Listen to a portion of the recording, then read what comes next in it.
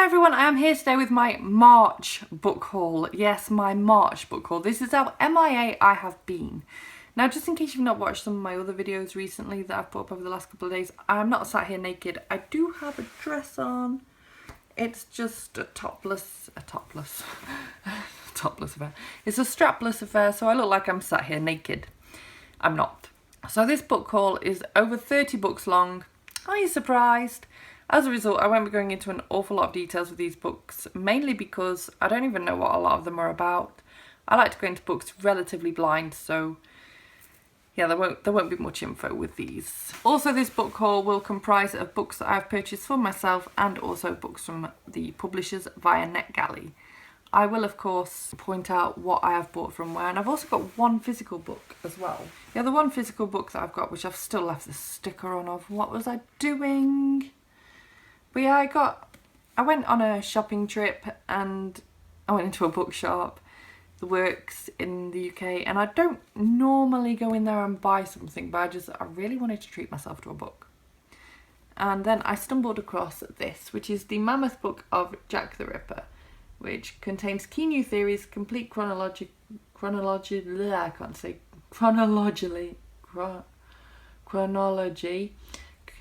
give up. Oh my god, I speak. Comprehensive A to Z essential documents and a full bibliography. And basically, this is just really small writing for one thing. Oh. This is just like heaven in a book for me. I am so obsessed with reading around Jack the Ripper. If you haven't already realised that about me, where have you been? Because I'm always mentioning something Jack the Ripper-y in sort of every other book haul. So yeah, I really liked the smell of this book.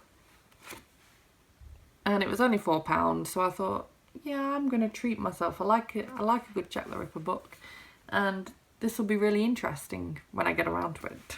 So the first set of Kindle books I'm going to talk to you about are books I have bought for myself. So first of all, we have Mother, which is a psychological suspense for fans of Room. And this is by Koren Zailckas. And I can't even remember what this is about, but the fact that it's a psychological thriller is probably the main reason it's been on my wish list. It's been on there for years and it was finally 99p, so I grabbed it. Then we have The Lies Between Us by Marian, Dillon. Next we have Scarlett Says by Scarlett, Moffatt. And if you're not aware, if you don't live in the UK, she was a star on a show here called Gogglebox, where you basically just sit and watch TV all night and they film you watching the TV.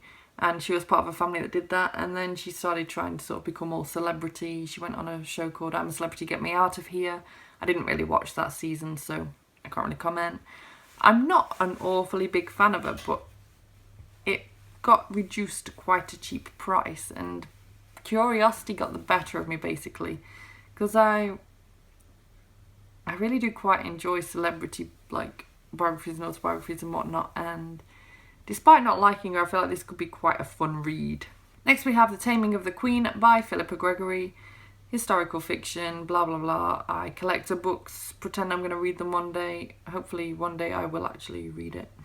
Then if you noticed my book review yesterday, I read the first book in the middle school series and I managed to pick up another one of those for 99p, and that was Middle School, How I Got Lost in London. And I think that was like the 5th one in the series or something. I'm excited to be continuing on with that series. I quite enjoyed it and I love everything London, so that should be a good one for me. Then we have One Perfect Summer by Paige Toon. Again, I'm collecting Paige Toon's books in the hope that eventually I'll sit and read them all. Bodies of Water by V.H. Leslie. And this one's something to do with a Victorian woman in London. I don't know an awful lot more than that. Hand of Evil by J.A. Jance. I read a book by her, was it 3 years ago? It might well have been a good 3 years back ago, and I really enjoyed it, and I said even then that I was going to try and pick up more books by this author.